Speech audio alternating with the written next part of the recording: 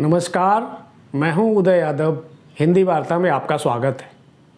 बिहार का चुनाव परिणाम आ गया और उम्मीद के विपरीत भारतीय जनता पार्टी और जनता दल यू गठबंधन ने धमाकेदार जीत हासिल की है। उनकी जीत इतनी भारी बहुमत से हुई है जिसकी उम्मीद कतई नहीं थी। जिस तरह से आरजेडी, कांग्रेस और विपक्षी पार्टियां बिहार में चुनाव प्रचार कर रही थीं और उनको जितना जन समर्थन मिलता दिख रहा था, उससे जो परिणाम आए वो एकदम विपरीत है। इस चुनाव में उत्तर प्रदेश के कई दलों ने भाग लिया, जिनमें बहुजन समाज पार्टी, ओवैसी और अखिलेश यादव शामिल हैं। अखिलेश यादव की पार्टी वहाँ चुनाव मैदान में नहीं थी, लेकिन उन्होंने कई सभाओं को संबोधित किया और उनकी हर सभा में ज़बरदस्त भीड़ आई। लेकिन जो रिजल्ट आया है उसने तेजस्वी और कांग्रेस गठबंधन को तो भारी पराजय दी ही है, लेकिन चिंता अखिलेश यादव की भी बढ़ा दी है। इसकी खास वजह है मायावती की सक्रियता और ओवैसी का जलवा। ओवैसी यानी वो मुस्लिम नेता जो आंध्र प्रदेश से उत्तर प्रदेश तक अपनी धमक लगातार महसूस करा रहा है, युवाओं में अपनी एक जगह बना रहा है और निरंतरता से काम करते हुए वो अपनी ताकत बढ़ा रहा है। ये ताकत जिसको बिहार चुनाव के समय अनदेखा किया गया, आरजेडी ने, तेजस्वी यादव ने कतई महत्व नहीं दिया। ओवैसी ने अपनी पार्टी के लिए 6 सीटें मांगी थी, लेकिन उन्हें वो 6 सीटें नहीं दी गई।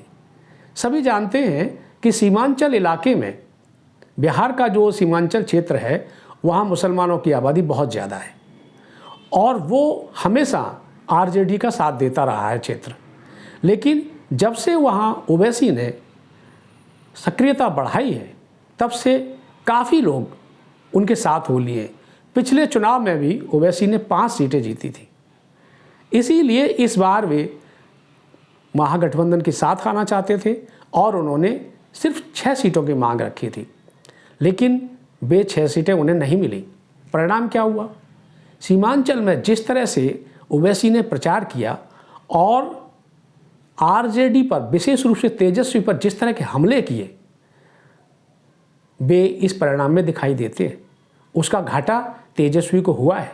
आरजेडी के प्रत्याशी हारे हैं। उन्होंने साफ तौर पर कहा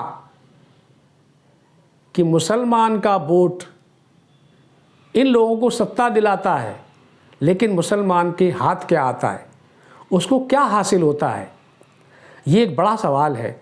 और युवाओं का, विशेष रूप से मुस्लिम युवाओं का एक बड़ा चंक ओवैसी की इस बात से प्रभावित होकर उनके साथ आ रहा है।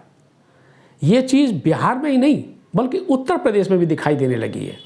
पिछले कुछ चुनाव से जिस तरह से ओवैसी उत्तर प्रदेश में अपना दखल बढ़ा रहे हैं, अपने दौरे बढ़ा रहे हैं और मुसलमानों के बीच अपनी जगह बना रहे हैं, वो आगे गुल खिला सकती है। लेकिन हम बात बिहार की कर रहे हैं। बिहार में ओवैसी की पार्टी ने 5 सीटें जीत ली और 1 सीट पर वो बहुत थोड़े वोटों से हार गए।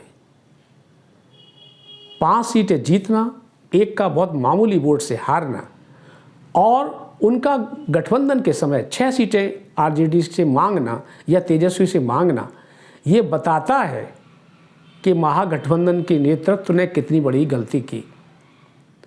अगर उन्होंने ये गठबंधन किया होता, ओवैसी को भी अपने साथ में लिया होता, तो शायद परिणाम कुछ और हो सकता था। शायद महागठबंधन को इतना नुकसान न होता। लेकिन सिर्फ ओवैसी नहीं, दूसरी बड़ी नेता हैं मायावती। मायावती ने 9 अक्टूबर को जितनी विशाल रैली लखनऊ में की थी, उसके बाद पूरे देश के मीडिया का ध्यान उनकी तरफ गया था।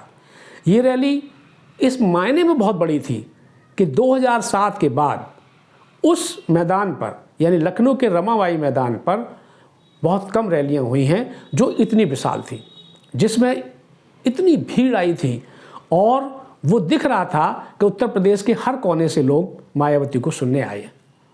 मायावती ने एक बार फिर से अपनी सक्रियता बढ़ा दी है। काफ़ी दिनों से वे शांत थीं, निष्क्रिय थीं, जिसका परिणाम पिछले चुनावों में बहुजन समाज पार्टी को देखने को मिला। लेकिन 9 अक्टूबर की रैली के बाद से उन्होंने जिस तरह से दलित, पिछड़े और मुस्लिम को एकजुट करने के लिए अपनी ये सक्रियता बढ़ाई है, उस सक्रियता के साथ ही वे बिहार चुनाव में भी बसपा को ले गई।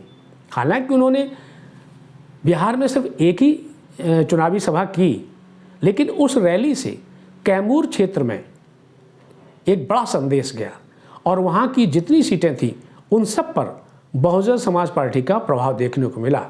वहाँ 30 से 70 हज़ार के बीच बहुजन समाज पार्टी के प्रत्याशियों को वोट मिला।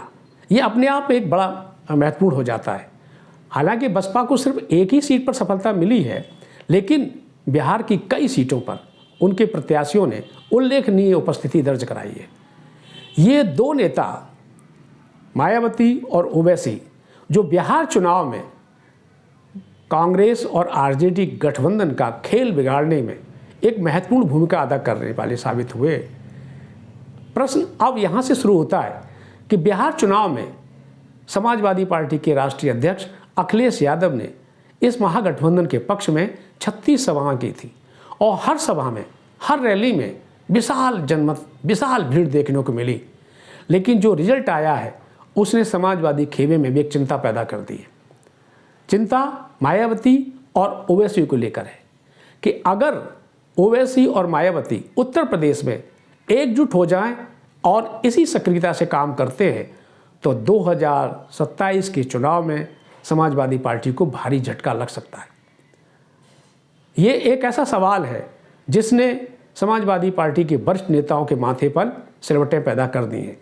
अगर उन्होंने इसे गंभीरता से नहीं लिया तो निश्चित है कि समाजवादी पार्टी को भारी नुकसान झेलना पड़ेगा।